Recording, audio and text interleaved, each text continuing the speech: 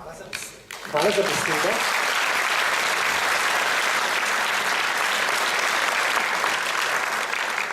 V svojem razmišljanju o slovenski državi bi se vrnil na eni strani v leto 90, na drugi strani v leto 91. Leto 90 je bilo prelomno leto zaradi prvih parlamentarnih volitev. Se pravi, pred Slovenci je bila dvojna zgodovinska naloga. Na eni strani izvesti proces družbenih sprememb, zavrniti totalitarni ustroj, kot smo ga poznali v Jugoslaviji, s političnim monizmom Zveze komunistov, zavrniti samoupravni socializem, privzeti svobodno tržno gospodarstvo. Vendar to je bila naloga večine držav vzhodnega bloka. Sloveniji in Slovencem je pritikala še ena, morda pomembnejša vloga, vloga nacionalne emancipacije. Se pravi, ne samo, da smo dobili novo državo, ki je prekinila z starim, ampak smo dobili Slovenijo, državo Slovencem, svojo domovino, in v tej luči je pravzaprav potrebno gledati stanje slovenske države leta 2013. Kakšno je to stanje? Lahko govorimo o razčaronosti, lahko govorimo o izgubljenih iluzijah.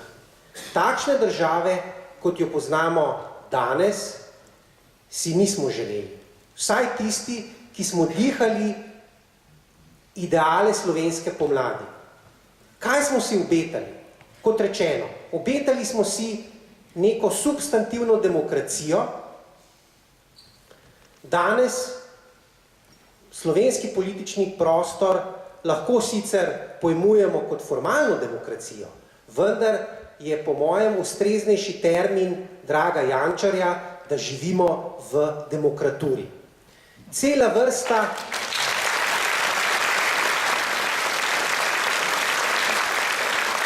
pojavov političnega sleparstva. Dr. Rupel je izpostavil dve parlamentarni stranki, ki sta nastali ad hoc pred volitvami, kažeta na to, da slovenska demokracija ni zdrava, da tudi politični prostor ni zdrav, da nimamo zdrave delitve na levico in desnico. Drugi problem, ki ga vidim, je, da smo si v začetku 90-ih obetali svobodne podjetniške pobude. Obetali, da bomo živeli v svobodnem tržnem gospodarstvu. Po 22 letih vidim posledice izrojenega modela tovarišijskega kapitalizma. Vidim oropane državljane in peščico tovarišev, ali če želite tajkunov kot sinonima, ki so pokraden denar večinoma prekanalizirali na Kajmanske otoke, v Lichtenstein, Ciper. Takšne Slovenije si nismo želeli. Prepričan sem, nihče med vami oziroma med nami v tej dvorani.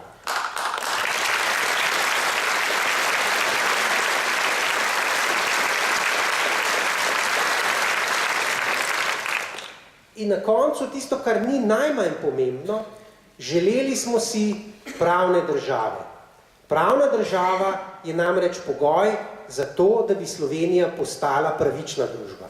Danes Slovenija ni nepravična družba in seveda ni tudi pravna država.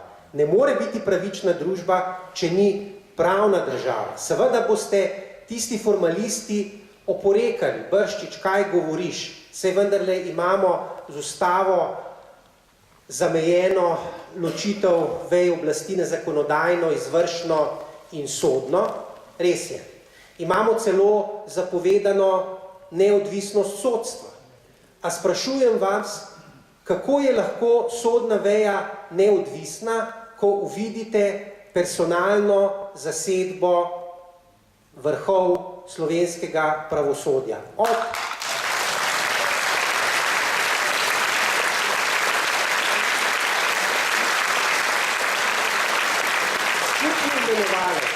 Skupni imenovalec predsednika Ustavnega sodišča, predsednika Vrhovnega sodišča, Vrhovnega državnega tožilstva je preteklost.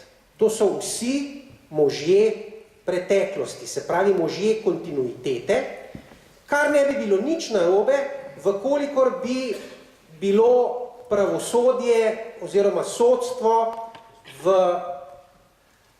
Jugoslaviji, v prejšnjem režimu neodvisno.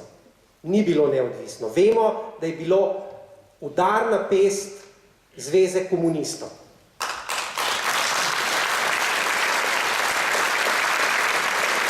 In če imamo po 22 letih tako rekoč zelo podobno personalno sestavo, se moramo vprašati, kaj je z neodvisnostjo. Sam trdim, seveda, zunanjo neodvisnost imamo.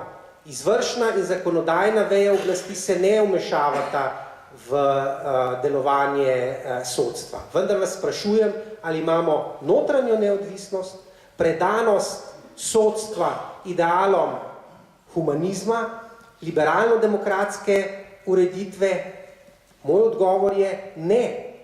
Sodstvo živi v nekem svojem svetu, popolnoma onstran kritike, meša pojma med neodvisnostjo in neodgovornostjo.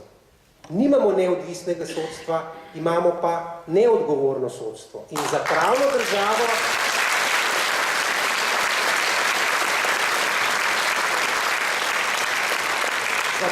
državo potrebujemo odgovorno sodstvo, ki je neodvisno. In nedelovanje sodstva oziroma širše pravosodja, se pravi, da organi, ki so zadolženi za pregon kaznivih dejanj, tožilstvo, za odkrivanje, policija, za sojenje, preprosto niso delovali. Zakaj ne? Zaradi tega, ker je bil to potrebni pogoj za izvedbo prvotne akumulacije, ki so jo izvedli nekdani tovariši.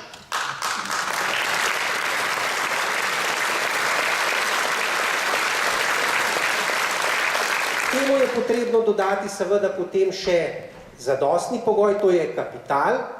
Zato smo potrebovali državne banke, pojavnost političnih kreditov, kjer se večinoma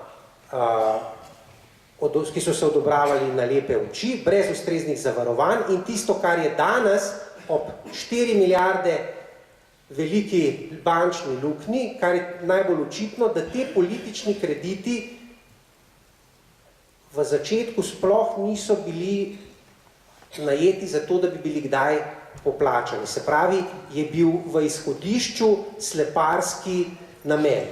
Rezultat tega je seveda Slovenija 2013, stagnantno gospodarstvo, evropski bolnik, z grozo, kot ekonomist ugotavljam, da smo se znašli v druščini najslabših v Evropski uniji. V druščini držav olivnega pasu. Res je sicer, da nas s Portugalci, Španci in Grki ter Italijani družijo olive. Ampak žali Bog nas danes druži tudi samopašen način gospodarjenja, dolce far niente. In seveda rezultat tega samopaštva je pa 16 milijard evrov visok javni dolg. Skratka, Slovenija 2013 ni takšna, kot smo jo želeli. Je domovina, ki ni pravična, je država, ki je zaznamovana z vladavino 3 kajev, klientelizma, kriminala in korupcije.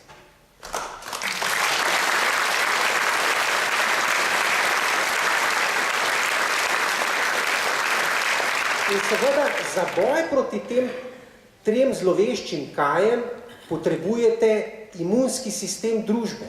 In imunski sistem družbe primarno je pa pravna država. In če pravna država ne deluje, potem imamo klientelizem, kriminal in korupcijo. In potem smo na koncu, oziroma 7. januarja. Objava poročila Komisije za preprečevanje korupcije.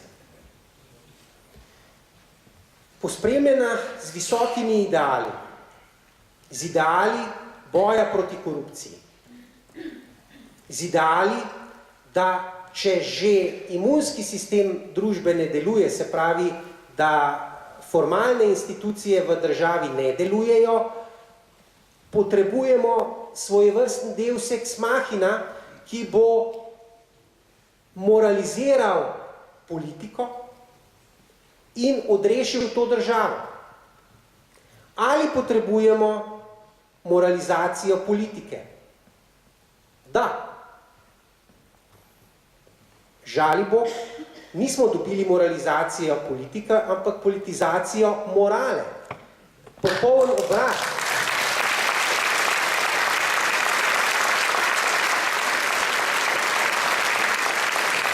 Namreč ob podmeni nedelovanja pravne države bi potem pravi domoljub tudi sprejel to vzvišeno funkcijo Komisije za preprečevanje korupcije, vkolikor bi bila izpolnjena dva pogoja.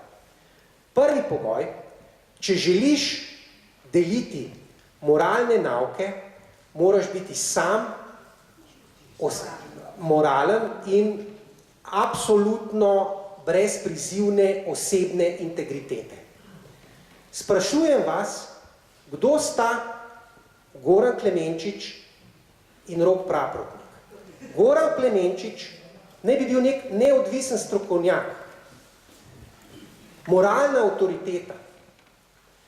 Ta strokovnjak in moralna avtoriteta je bil desna roka ministrice za notranje zadeve Katarine Kresal, osebno zadolžen za izvedbo projekta MPU. In pri tem odkril, kaj mislite kaj, da je bil to izjemno ekonomičen projekt, brez napak, in zato svoje delo v medresorski komisiji bil nagrajen potem strani gospoda bivšega predsednika Danila Pürka z predsedniškim mestom v Komisiji za preprečevanje korupcije. To naj bi bil naš junak, naš gospod moralnež, naš gospod, ki lahko meče v predsednika vlade kamenje. Oprostite.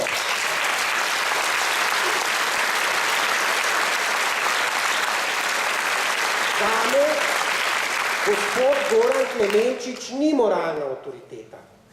O gospodu Praprotniku pa sploh ne bom zgubljal besed, ker je...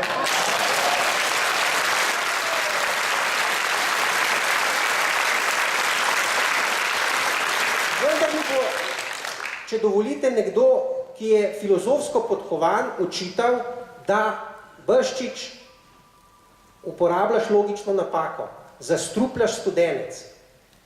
Tudi če osebi nista moralni avtoriteti in tudi če njuna strokovnost ni visoka, so še vedno mogoči argumenti, da so v tem poročilu dejstva. Ne nazadnje v svojih lamentacijah oba gospoda izpostavljata ravno dejstva. Mislim, da je tako profesor Šturm popolnoma ovrgel pravno ničevost poročila. Sam sem se zapičil v dva ekonomska zdrsa, se pravi očitek 210 000 evrov nepojasnenega premoženja pri predsedniku vlade in pa 100.000 evrov protipravne koristi pri prodaji zemljišča v Trenti. Sami ste blizu razmeroma Trente in vprašam vas, a mislite, da je mogoče dobiti kombinirano stavbno in kmetijsko zemljišče, ki bi imelo ceno med 0,71 evra in 1,16 evra, kot trdi Komisija za preprečevanje korupcije. Gre za norčevanje iz opravilne sposobnosti slehernega Slovenca. Ko upoštevate vse to, boste ugotovili seveda, da je v tem poročilu zelo malo dejstev, zelo veliko vrednostnih sodb, zelo veliko insinuacij, podtikanj. Ko odšteješ dejstva, ugotoviš, da je poročilo ništac. Da gre za konstrukt, ki je namenjen najprej kompromitaciji, potem diskreditaciji in na koncu likvidaciji.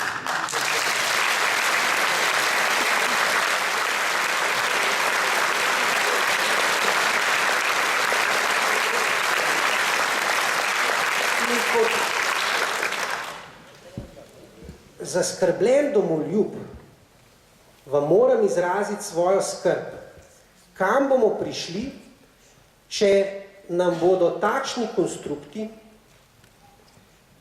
z visoko letečimi moralnimi cilji zrušili vlado, zrušili državo, nas pahnili v naročje zaprosila Evropskega sklada za pomoč. Preprosto temu moramo reči ne. Da moral.